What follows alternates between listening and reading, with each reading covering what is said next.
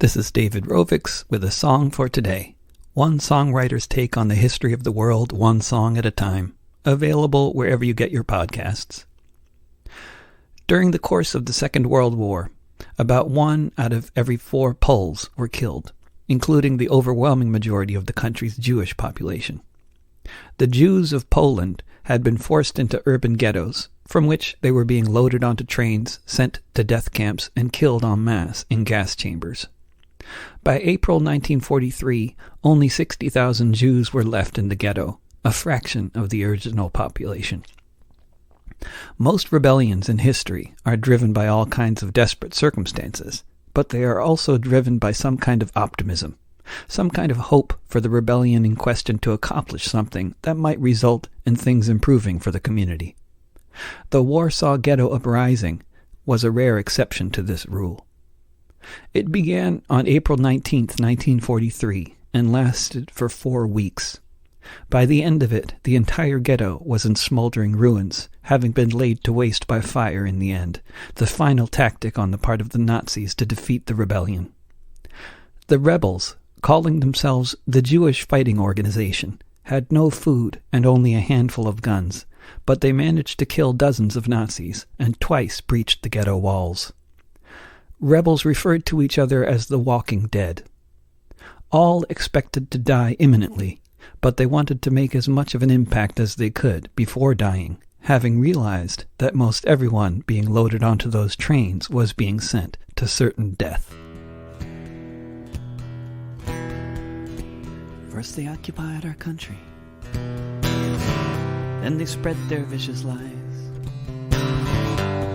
Evil propaganda filled our ranks with double-dealing spies.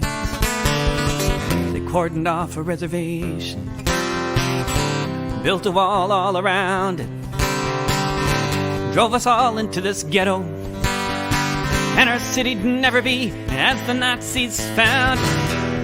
First no one believed it, just what horrors lay in store. The sound of boots upon the staircase, of leather gloves upon the door. Some of us they sent to labor, to slave for them to the last breath. Most of us they sent to Auschwitz, 500,000 people sent to a pointless early death. There were those of us who worked with them, a desperate effort to survive, even when our numbers were so few, maybe 60,000 left alive. People said we had no chances. By then we all knew they were right. It was 1943, and we, the Walking Dead, made up our minds to fight. I remember Warsaw. We stood side by side. The Star of David flew above the ghetto. There we lived and there we died. We cleansed the ghetto of their agents, dug a maze of tunnels underground. We begged the Allies give us weapons, but empty words was all we found. So we saved each precious bottle, made bombs of rags and gasoline, and in this script of mindless carnage, we waited in the shadows for the final scene. It was the month of April. The SS came marching in, singing songs to praise der Führer and all his Aryan kin. To see the shock upon their faces, we'd show the world on this day.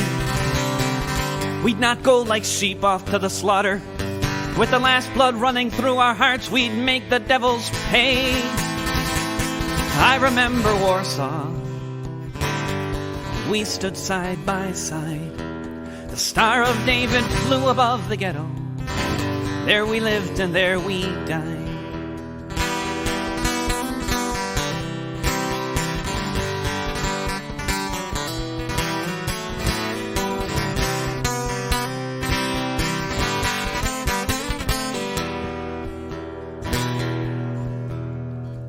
We had taken our positions, each escape route planned. We rained down Molotovs upon them, with each retreat another stand. Yes, we killed the Nazi bastards. They lay dying by the score. We made each scarce bullet count, and as the demons ran, we killed some more. For 1 full month the battle raged, and the word spread all around that it wasn't over till every building had been leveled to the ground. I am the ghost of the apocalypse, and these few words I have to tell. Let it never be forgotten that for 4 long weeks we fought, we stood up before we fell. I remember Warsaw. We stood side by side. The Star of David flew above the ghetto. There we lived and there we died.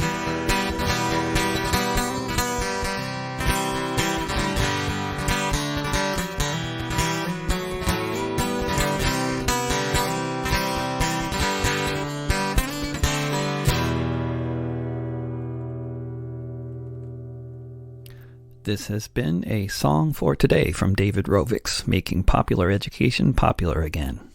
If you go to davidrovics.com, you can hear lots of other episodes of this and other podcasts, see where I'm touring next, and get on my email list. You can also click on CSA there on my website and join my community-supported art program, which is mainly how I get by in the free streaming era.